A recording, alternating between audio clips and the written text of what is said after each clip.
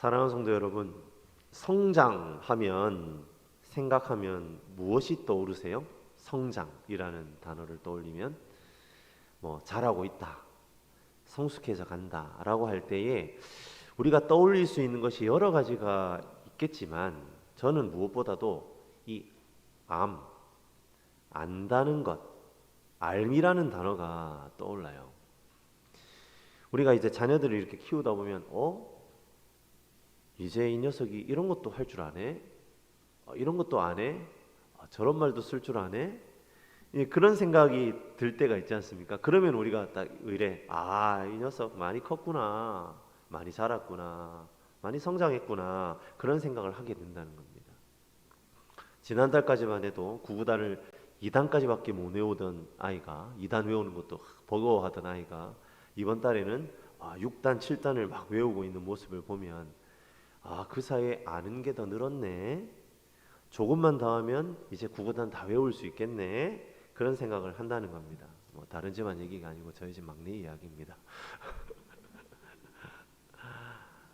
그 사람이 이전에 알던 것에 비해서 또 다른 이 알매 자리로 나아가고 있다고 한다면 그것 또한 잘하고 있다는 증거가 되겠죠. 아는 것이 달라졌다, 알고 있는 것에 뭔가가 좀 더하여졌다, 알고 있는 것이 변화되었다라는 사실이 성장의 증거가 된다는 겁니다. 예수 안에 자란다라는 것도 마찬가지입니다. 내가 예수님을 믿고 나서 이 세상을 살아가는 동안 이전에 내가 알던 것과는 전혀 다른 차원의 것을 깨닫게 된 것이 바로 예수님 안에서의 성장이라는 겁니다. 예수 믿기 전에는 내 영이 죽었었다라는 사실을 모르죠. 예수 믿기 전에는 내 영혼이 죽어있다, 나는 사망 가운데 있다, 모른다는 겁니다. 하지만 예수를 믿게 되면 나의 이전의 삶은 정말 죽은 것이구나, 죽을 수밖에 없는 내가 아니라 죽었던 나. 우리 어르신들 기도하실 때 이제 그런 표현 많이 쓰잖아요. 죽을 수밖에 없었던 게 아니고 죽었던이죠. 죽었던 존재입니다. 우리는 살아 있었던 적이 없었던 존재입니다. 태어나면서부터 우리의 영은 죽어 있었던 것이죠. 그래, 나의 이전의 삶은 정말 죽은 것이었구나, 이제야 내가 진정 살아있는 존재로구나 라는 것을 알게 된다는 겁니다. 우리의 이 알매 지평이 달라지는 거죠. 예수를 믿게 됨으로 말미암아 말입니다. 우리가 예수님을 주 그리스도로 고백하는 이 그리스도인이 되었다라는 것은, 그렇게 해서 그리스도인이 되어서 아는 것이 달라지게 되면 자연스럽게 행동이 달라지고 우리의 선택이 달라질 수밖에 없습니다. 하지만 분명 예수 믿는 사람이라고 하면서, 그리스도인이라고 하면서도 여전히 옛 습관을 벗어버리지 못하고 있다면 그것은 어떤 것일까요? 그렇죠. 그 사람은 한 뼘도 자라지 못하는 사람이다라는 사실을 스스로 광고하고 다니고 있는 셈입니다. 문의는 그리스도인인데 여전히 본질상 진노의 자녀와 다를 것이 없는 삶을 사는 것입니다. 우리가 그리스도를 주로 고백하고 그리스도인이 되면 여러 가지 많은 변화들이 일어납니다. 그런데 그 중에 가장 중요한 변화는 무엇이라고 있습니까? 그렇습니다. 바로 이 알매 변화, 지성의 변화입니다. 우리가 예수를 알기 전에 알고 있던 것들 가운데에 거의 대부분이 잘못 알고 있었던 것이다 라는 사실을 우리는 깨닫게 되고 우리의 알매 영역에 있어서 변화를 경험하게 된다는 겁니다. 그런데 이 지성의 변화가 중요한 이유는 무엇입니까? 바로 지성의 변화가 우리의 행동에도 변화를 미치기 때문이죠. 우리가 예수를 모르기 전에 이 세상의 모든 것은 그냥 우연히 저절로 된 것이다, 그렇게 알고 살았어요. 그렇게 가르치고 그렇게 배웁니다. 그래서 우리가 세상 만물을 뭐라고 부르죠? 자연이라고 부르지 않습니까? 이 자연이라는 한자의 의미가 그렇잖아요. 스스로 그렇게 된 것이다 라는 뜻입니다. 세상의 관점에서 만물은 그렇게 자연스럽게 어떤 원인에 의해서인지 분명히 알 수가 없지만 그냥 생겨났다는 겁니다. 그래서 수많은 세월에 걸쳐서 분자와 원자가 서로 합쳐지고 그게 유기화합물이 되고 그게 또 저절로 그 유기화합물이 또 오랜 세월을 거쳐서 서로 조합을 이루어 가지고 단세포가 되고 그 단세포들이 또 모이고 모여서 지금의 여러 생물들이 만들어졌다는 그런 진화론적 접근이 이 세상의 주류를 이루는 지식이 된 것이죠. 하지만 우리가 예수를 믿으면 이 세상은 하나님께서 창조하신 것이다 라는 사실을 분명하게 알게 됩니다. 그리고 그 사실을 믿게 되죠. 여기에서부터 우리의 관점이 달라진다. 왜 달라집니까?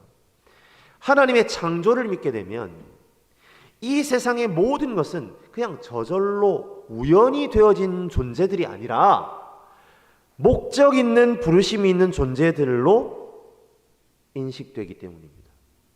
이 세상의 어느 하나도 하나님의 의지와 의도가 담겨 있지 않은 존재는 없습니다. 풀 한 포기. 하늘에 나는 새 한 마리도 하나님께서 의도하신 바대로 그 자리에 있는 것이지요. 그러한 목적 있는 부르심 가운데에 인간인 우리들도 포함됩니다. 그렇다면 우리는 이제 어떻게 살아야 합니까? 그렇습니다. 하나님이 부르신 그 목적을 깨닫고 그 목적에 맞게 우리의 삶을 살아드려야 합니다.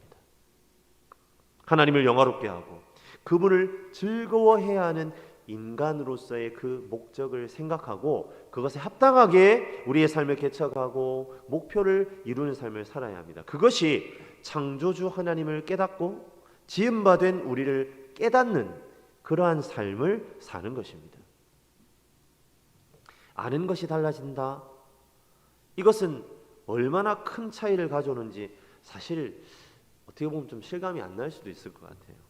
하지만 우리가 아는 것이 달라졌다라는 것은요, 매우 큰 차이가 우리의 삶에 주어진다는 것을 우리는 깨달아야 합니다. 예를 한번 들어보겠습니다. 세상 사람들은요, 이사를 할 때 뭘 꼭 찾죠? 손 없는 날을 찾습니다. 왜 손 없는 날을 찾습니까? 그렇죠.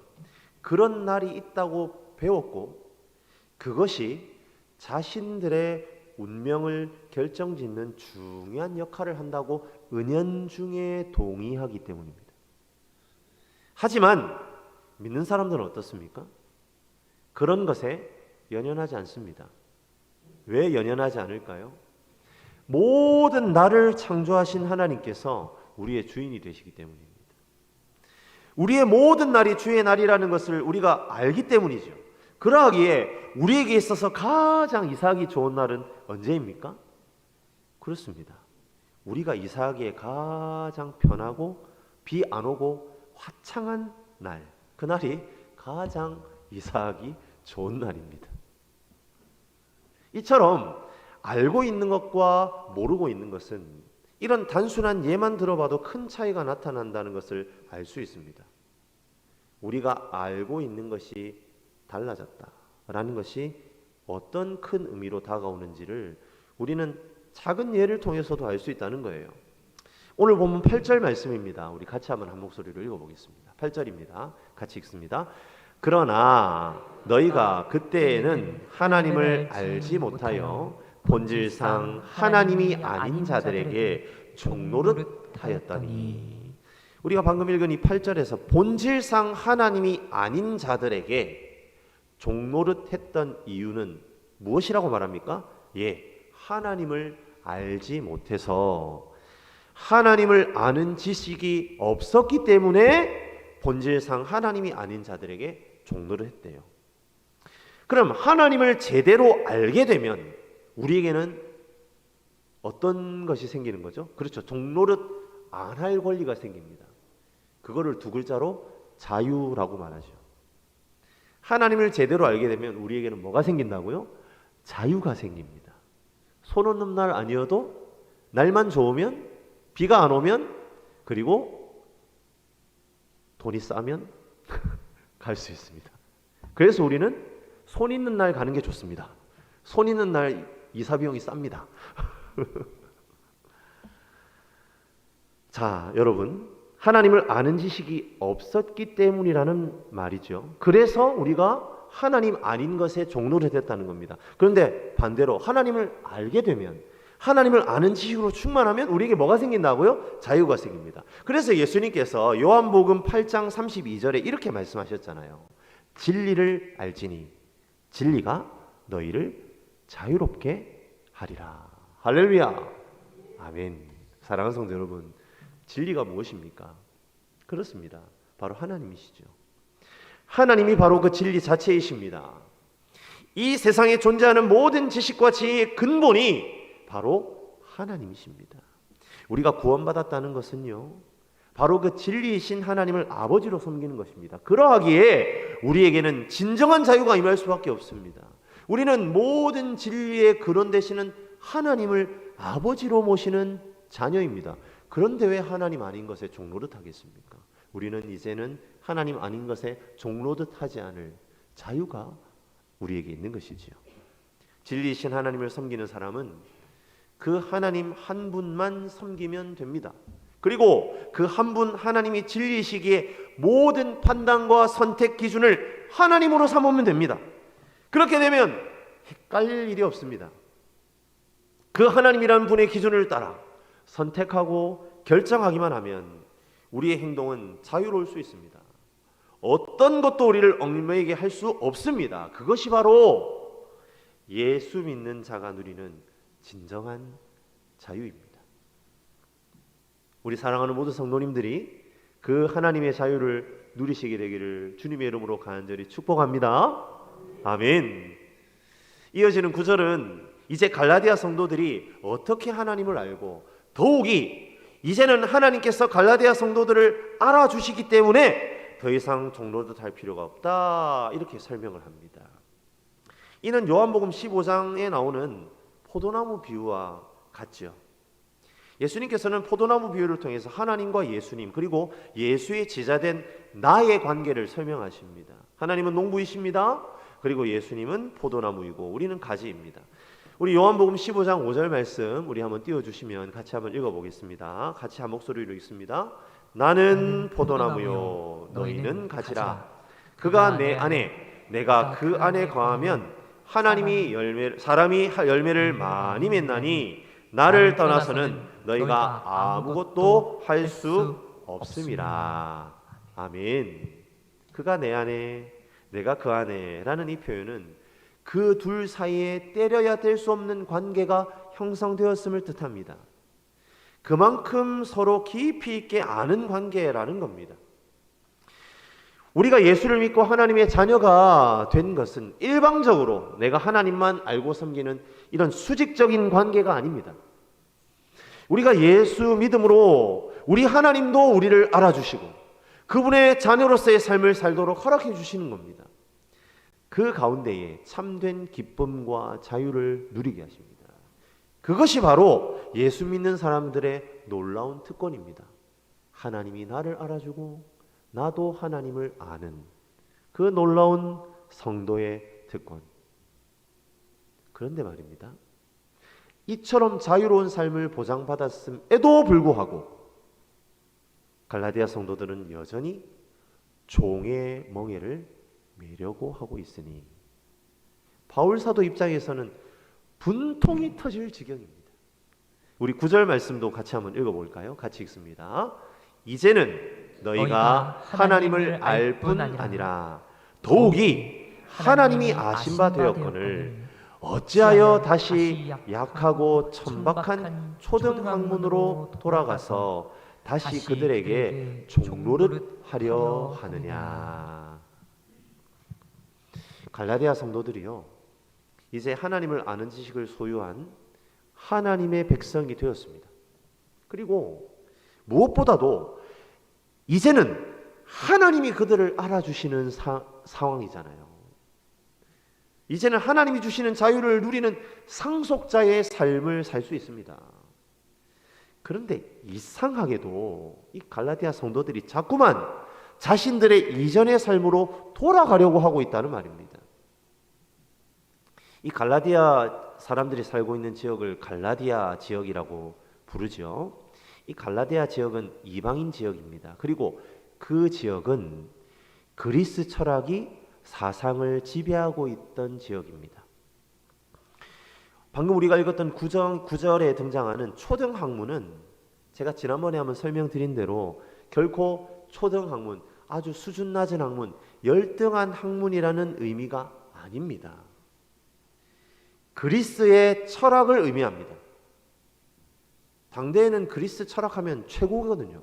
최고의 학문이거든요. 그런데 바울 사도는 그러한 최고의 학문을 연약하고 천박하다, 그렇게 이야기합니다. 바울 사도는 왜 그리스 철학을 연약하고 천박한 학문이다라고 평가절하하고 있는 것일까요? 여기에서 연약하다에 해당하는 헬라어 아스테네스는 힘이 없는, 약한, 무력한이라는 그런 의미를 가지고 있습니다. 그런데 여기에서는 특별히 무능한 학문이다, 이런 표현으로 쓰이고 있어요. 왜 초등학문이 무능하다라고 바울은 평가하고 있는 겁니까? 초등학문, 즉 그리스의 위대한 철학이 아무리 위대해 보이고 세상의 모든 삶의 원리를 다 설명하는 것처럼 보이지만 결코 거기에서는 이룰 수 없는 것이 있기 때문입니다. 그 그리스의 철학이 매우 논리적인 체계를 가지고 있다 할지라도 결코 그 그리스 철학이 줄 수 없는 것이 있기 때문입니다. 무엇입니까? 바로 구원입니다. 그 그리스 철학은, 그 초등학문은 절대로 구원에 이를 수 없는 무능한 것이다 라는 점을 바울 사도가 강조하고 있는 겁니다. 다음으로 천박하다라고 번역된 이 푸토코스라는 헬라어 단어는요, 원래는 경제적인 빈곤 상태를 의미하는 단어입니다. 그런데 오늘 이 본문에서는 특별히 품질이 확 떨어지는, 격이 급격히 떨어진 상태, 품질이 너무나 형편없는 상태, 그런 상태를 의미합니다. 격이 맞지 않다는 겁니다. 그러니까 초등학문, 이 그리스 철학은 당대의 사상을 주도하는 학문이었거든요. 그렇다 할지라도 하나님의 지식에 비교를 하면 이것은 어떻다는 겁니까? 매우 볼품없고 천박한, 격이 확 떨어지는 것일 수밖에 없다는 말이에요. 왜 그렇습니까? 왜 이 학문이 그렇게 격이 떨어질 수밖에 없는 거죠? 그 지식은 결코 구원을 이룰 수 없기 때문입니다. 사랑하는 성도 여러분, 세상의 학문, 세상의 가치관에 그리스도인들이 결코 무릎 꿇을 수 없는 이유는 어디에 있습니까? 그것들이 세상을 주도하는 것 같고, 그것들이 우리를 먹여 살리는 것 같지만 결코 하나님 없이는 그것이 제대로 유지될 수조차 없기 때문입니다. 하나님은 그래서 오늘 말씀을 통해 종노릇하지 말라, 강력하게 바울의 입을 빌어 말씀하고 계시는 것입니다. 지금 시대를 살아가는 것이요, 여간 어려운 일이 아니다라는 것을 새삼 깨닫게 됩니다. 과거에 비해서 몇 배, 아니 수십 배의 노력을 해야만 겨우 살아남을 수 있는 것처럼 보입니다. 그래서 어쩔 때는 지금 시대를 살아가는 우리 청년들의 모습이 너무나 안타깝고 너무나 미안한 마음이 들 때가 많습니다. 그런데도 그에 비해 성과를 내는 것이 쉽지 않은 것이 지금 이 시대입니다. 그렇게 수십 배 노력을 하고 엄청난 것을 투입해도 뭔가 성과를 내는 게 쉽지가 않아요. 어마어마하게 많은 지식을 쌓아야 하고 끝모를 스펙을 쌓아 올려야만 성공할 것처럼 보입니다. 그런데 실제로 그렇게 아무리 노력을 하고 뭘 쌓아 올려도 성공은 여전히 요원한 것이 지금 21세기를 살아가는 이 대한민국에, 그리고 세계 어디를 가도 마찬가지일 것 같습니다. 지금 이 시대의 현주소입니다. 하지만 그 가운데에서도 우리 성도들이 결코 잊지 말아야 할 것이 있습니다. 그것은 바로 그 많은 지식과 스펙이 결코 우리의 생명의 문제를 결정짓지 못한다는 것입니다. 우리의 생명, 우리의 영생은 오직 하나님께 있습니다. 그 구원의 지식, 그 진리를 소유한 사람은 결코 세상의 지식에 잠식당하거나 그 아래에서 종노릇할 사람들이 아니라는 것을 우리는 기억해야 합니다. 물론 이 말의 의미가 세상의 지식을 모두 적대시해야 한다, 그런 의미가 아닙니다. 각자 자신의 분야에서 최선을 다해서 두각을 나타내는 것, 필요합니다. 하나님의 자녀로서 이 세상 가운데에 꼬리가 되지 않고 머리가 되는 것이 또한 하나님의 뜻이기 때문입니다. 하지만 그렇다고 해서 그 세상 지식의 노예가 되어서는 안 된다는 말입니다. 우리는 오히려 세상의 학문이 하나님을 영화롭게 하는 일에 사용되도록 그 지식을 하나님의 진리에 복종케 하는 것이 우리의 사명임을 깨닫고 그 일에 우리 자신을 드려야 합니다. 갈라디아 성도들은 이미 구원의 지식을 소유하여 그 이방의 기라성과 같은 그리스도의 철학도 과감하게 버려버렸던 사람들입니다. 그런 그들이 이 초등 학문과 똑같은 개념의 율법을 받아들이고 그것을 지켜야 구원이 완성된다는 어리석은 가르침으로 자꾸 돌아가려고 하는 겁니다. 다시 종노릇하려고 한다는 겁니다. 바울 사도의 마음은 의로운 분노로 가득 찼을 겁니다. 그래서 11절에 내가 너희를 위하여 수고한 것이 헛될까 두려워하노라, 이렇게 말하고 있는 것이지요. 사랑하는 성도 여러분, 오늘 갈라디아 성도들이 저지르고 있는 실수를 우리 그리스도인들도 똑같이 저지를 수 있다는 말입니다. 우리도 모르는 사이에 세상이 정한 날, 달, 절기, 해를 삼가 지키는 모습이 있지는 않은지 우리 한번 생각해 보아야 되지 않을까요? 우리가 완전히 미신을 신봉하는 사람들은 아니지만 우리도 모르게 미신에 따라 행동하는 경우가 있지는 않나요? 소극적으로는 징크스다 뭐다 해서 나는 이런 것을 하면 재수가 없다는 등의 이유를 대면서 온전하게 감당해야 하는 일을 하지 않는 경우가 있을 수 있죠. 또한 적극적으로 장로, 권사, 집사이면서 고사를 지낸다든지 제사를 포기하지 못한다든지 점집을 들락거리는 모습이 있을 수도 있습니다. 이 모든 것이 초등학문의 종노릇하는 것입니다. 꼭 미신에만 해당되는 것일까요? 세속학문을 막연히 신봉하는 태도도 마찬가지입니다. 신앙의 원리로 삶을 경영할 생각을 하지 않고 세속적 학문에 젖어서 그 가치관과 원리대로 살아가려는 성도들이 많이 있습니다. 교회에서의 생활 따로, 일상생활에서의 삶 따로가 되어서 이른바 이원론적 생활 태도를 살아가게 되는 우리의 모습도 있다는 겁니다. 그것은 세상의 초등학문에 종노릇하는 것입니다. 하나님께서는 우리를 향하여 무엇을 기대하고 계십니까? 하나님의 자녀로서, 상속자로서 당당한 삶을 기대하고 계십니다. 진정으로 저와 여러분이 아는 것이 달라진 삶을 기대하고 계십니다. 우리의 전부를 마땅히 우리의 생명을 좌지우지할 수 있는 하나님을 아는 지식에 던지는 삶을 살기를 원하고 계신다는 말입니다. 말씀을 마무리합니다. 사랑하는 성도 여러분, 그리스도인은 하나님의 자녀로 살아가는 사람입니다. 이제 더 이상 이전의 것에 종노릇할 필요가 없는 사람입니다. 그럼에도 불구하고 우리는 어떤 삶을 살아가고 있는지 스스로를 되돌아보는 이 시간이 되시기를 주님의 이름으로 간절히 축복합니다.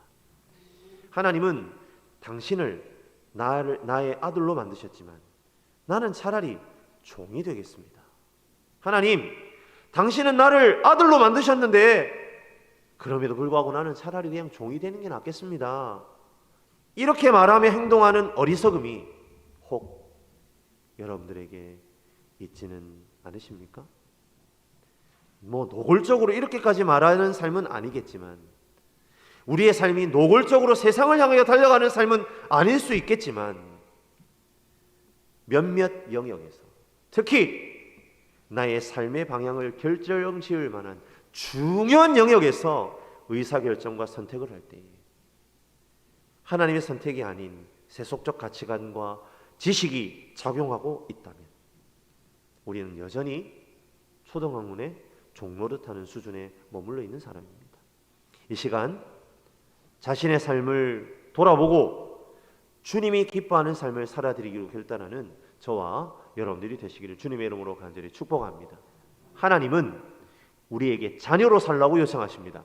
하나님의 지식을 소유한 하나님의 진리로 나누고 승리하는 삶을 살라고 말씀하십니다. 인간적인 짧은 생각으로는 그렇게 살면 죽을 것 같다고 여길 수 있습니다. 하지만 오히려 하나님 아닌 다른 것에 종노릇하는 것이 더 죽음으로 달려가는 길이라는 사실을 잊지 않으시는 저와 여러분들이 되시길 바랍니다. 오직 구원받은 인격으로 아는 것이 달라져서 우리의 선택과 결정이 하나님이 기뻐하시는 것으로 가득 채워지는 삶을 살아내는 저와 여러분들이 되시기를 주님의 이름으로 간절히 축원합니다. 우리 시간에 이 찬양을 주님께 한번 드리면서 기도할 마음을 얻기를 원합니다. 하늘에